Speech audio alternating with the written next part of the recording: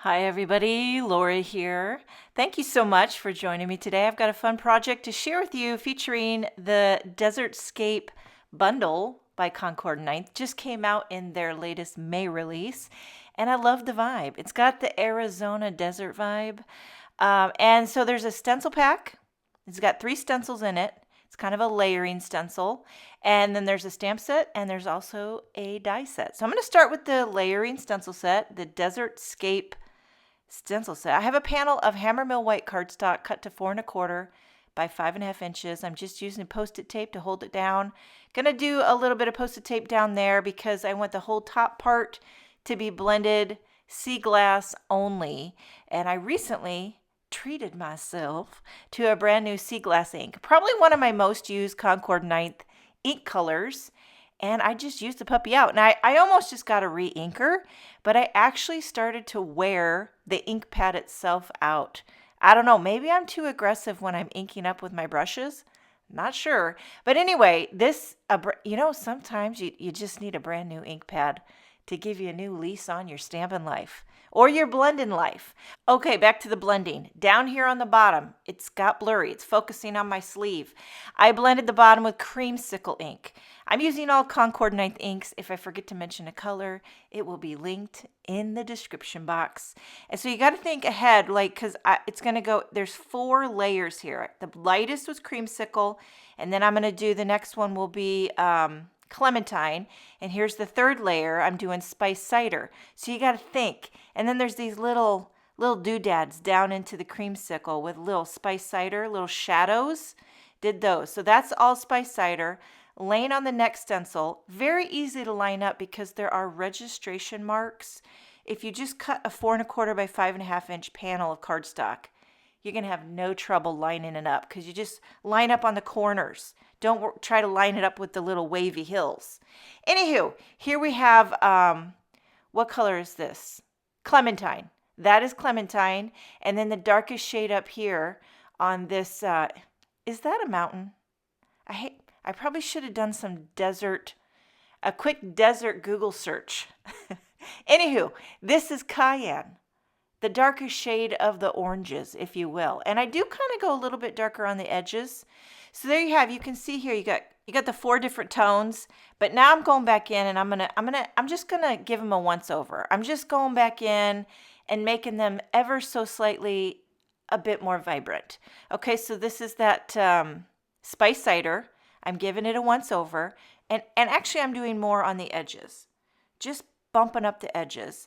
And so now I need to go back in on that Clementine here. So I'm bumping up the Clementine, and I'm using the little mini Concord Ninth blender brushes. Now this bottom layer that had Creamsicle, I'm just using the same brush that had a little bit of that Clementine on it. I didn't re-ink it, but I'm just giving Creamsicle a little boost. Just a little boost, okay?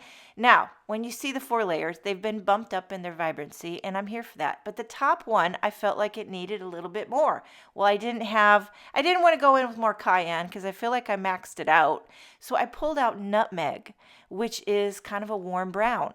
And I'm just giving a little bit, just a little dab of that Nutmeg over top of my Cayenne. I feel like I'm cooking here with these. Do you guys ever use nutmeg? I have a few recipes that call for nutmeg. And you know what? I don't use it a ton. But there you have it. I love these orangey tones with that sea glass sky. And now for the little accessories, you have a cactus. And I'm going to do a combination because it's a little bit of a layering stencil. So the lighter shade of the cactus, I'm doing Avocado. I'm going over with a flat wash of Avocado. And then for the sun, I did Sunflower. And I'm kind of going around the perimeter. I want the sun to be a little darker around the edges. To be honest with you, I am pretty much copying the back of the packaging. So if you look at the stamp set or the die set and flip it over, that's what I did here. And I just full 100%, full throttle copied it. And I thought about changing up the colors, but it's just, if it ain't broke, don't fix it. Now here for the layered cactus part, that I pulled out Artichoke. I'm having trouble coming up with my words tonight. Okay, so that Artichoke over top of the avocado, and you'll see when I lift it up, it'll give those veiny looks to the cactus. It looks fabulous. Now, the coordinating dies. What I love about these dies is it cuts out tight to the blending. There's no white space. And I think that looks so good on top of that blended background. You know, the arched blended background. You have these die cut pieces and you don't have any white edges. And I think it looks especially good on that cactus. Look how that cut that out. Okay, so I'm, again, same layout as the imagery on the back of the packaging, but I think you could really customize the colors here.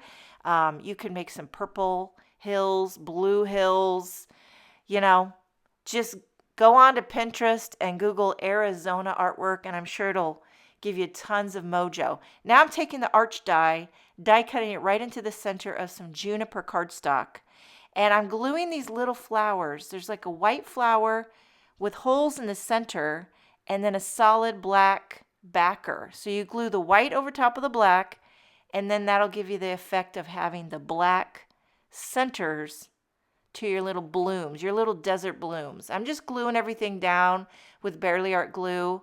I thought about using a little foam tape because popping it up would have been fantastic, but I had the glue out and I just went to town. These two little greeneries, I don't know if those are cacti as well. I'm not familiar with desert foliage, but I love how they look. Okay, for sentiment, there's two arched sentiments that fit perfectly over this arched opening, and I'm stamping that with Juniper ink right onto the Juniper background. Stamp it twice to make it nice. Thinking of you. And the other one says you can count on me. And then I did put a little bit of foam tape. This is that thin Big Mama foam tape by Simon's Stamp. Popped it up, centered it, and then you use a little tape runner to adhere this onto a white A2 card base. For my card bases, I use Nina Solar White 110 pound. And this card is finished. I didn't add any embellishments. I love, surprisingly being a Midwest gal, I kind of dig this desert vibe. I hope you enjoyed this video. Thank you so much for joining me. Have a wonderful day, and I will see you next time.